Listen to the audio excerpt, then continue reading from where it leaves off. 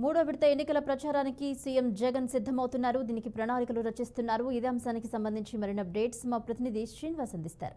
శ్రీనివాస్, భవానీ, రాష్ట్ర వ్యాప్తంగా కూడా మేమంతా సిద్ధం బస్సు యాత్ర ఏదైతే చేపట్టారో అది రేపటితో ముగియనుంది. ఇప్పటికే 21 రోజుల ఈ బస్సు యాత్రలో రాష్ట్ర వ్యాప్తంగా రాయలసీమ నుంచి మొదలుకొని ఉత్తరాంధ్రలో ఉన్నటువంటి ఇచ్చాపురం వరకు కూడా ఈ బస్సు యాత్ర కొనసాగిస్తామని ముందుగానే షెడ్యూల్ని ఖరారు చేయడం, దాన్ని ప్రకటించడం కూడా జరిగింది. అయితే ముఖ్యమంత్రి జగన్మోహన్ రెడ్డి ఎన్నికల శంఖారావంగా రెండో విడత అంటే మొదటి విడతలో సిద్ధం అంటూ కూడా నాలుగు భారీ సభల్ని ఏర్పాటు చేయడం జరిగింది. అయితే రాష్ట్ర వ్యాప్తంగా ఉన్నటువంటి ప్రజలందరినీ కూడా సిద్ధం సభల ద్వారా కూడా ప్రజలకి తమ 2024 ఎన్నికలకు సంబంధించినటువంటి ఎటువంటి ప్రణాళికతో ముందుకెళ్ళబోతున్నాము, అదేవిధంగా ప్రజలకు సంబంధించి 2019 నుంచి 24 వరకు కూడా పూర్తి స్థాయిలో వైసీపీ అధికారంలోకి వచ్చిన తర్వాత చేపట్టినటువంటి సంక్షేమ కార్యక్రమాలతో పాటు అనేక అంశాన్ని ప్రజల దృష్టికి తీసుకెళ్లడం జరిగింది. అయితే తర్వాత షెడ్యూల్ ఏర్పాటు చేయడం జరిగింది. మేమంతా సిద్ధం అంటూ కూడా బస్సు యాత్ర ఏర్పాటు చేయడం జరిగింది.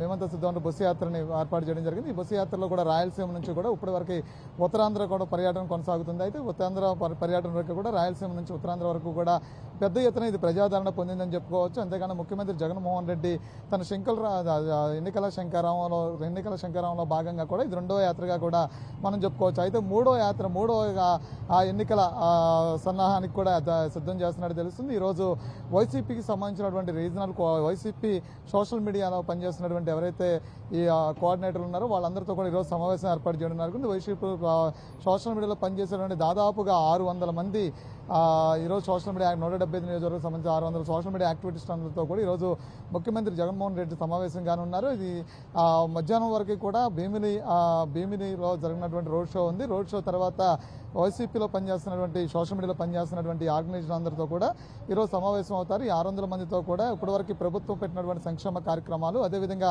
2024 ఎన్నికలకి సంబంధించినటువంటి ప్రమోషన్స్ ఇవన్నింటినీ కూడా వాళ్ళతో చర్చించనున్నారు. ఆ తర్వాత ఈ సిద్ధం సభ మేమంతా సిద్ధం ఏదైతే బస్సు యాత్ర ఉందో అది కంటిన్యూ అవుతుంది. ఆ తర్వాత ఈ నైట్ బస ప్రదేశానికి వెళ్ళిన తర్వాత మళ్ళీ రేపు ఉదయం ముగింపు సభతో ఈ మేమంతా సిద్ధం బస్సు యాత్ర ముగియనుంది. ఆ తర్వాత ఆయన పులివెందులు జరుగుతున్నారు. అక్కడి నుంచి ఇడుపులపాయకి వెళ్ళి ఇడుపులపాయ నుంచి పూర్తి స్థాయిలో నామినేషన్ 25వ తారీఖున నామినేషన్ పత్రాలు సమర్పించనున్నారు. అయితే నామినేషన్ పత్రాలు సమర్పించిన తర్వాత మూడో విడత ఎన్నికల ప్రచారం ఏదైతే ఉందో ప్రచారానికి సంబంధించినటువంటి ఉత్తరాంధ్రలో ఉన్నటువంటి 15 నియోజకవర్గాలకు సంబంధించి ఒక ఎన్నికలకు సంబంధించిన ప్రణాళిక సిద్ధం చేయబోతున్నారు. ఆ ఎన్నికల ప్రణాళికలో భాగంగా కూడా ఆయన సమావేశం అవుతామని తెలుస్తుంది. అయితే ఆ నామినేషన్ వేసిన తర్వాత బీ ఫామ్లు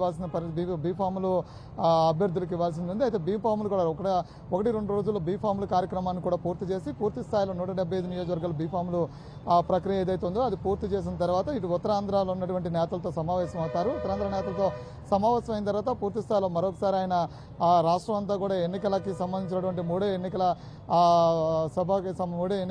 ప్రచారానికి వెళతారా, లేదు అంటే కనుక ఆయన రాయలసీమ ప్రాంతంలోనే ప్రచారం చేస్తారా, లేదంటే ఉత్తరాంధ్ర ఈ 15 నియోజకవర్గాలతో సమావేశమైన తర్వాత ఎలాంటి ప్రణాళిక సిద్ధం చేయబోతున్నారు ఏంటనేది చూడాల్సిన పరిస్థితి ఉంటుంది. Bhavani, right, thank you Srinivas.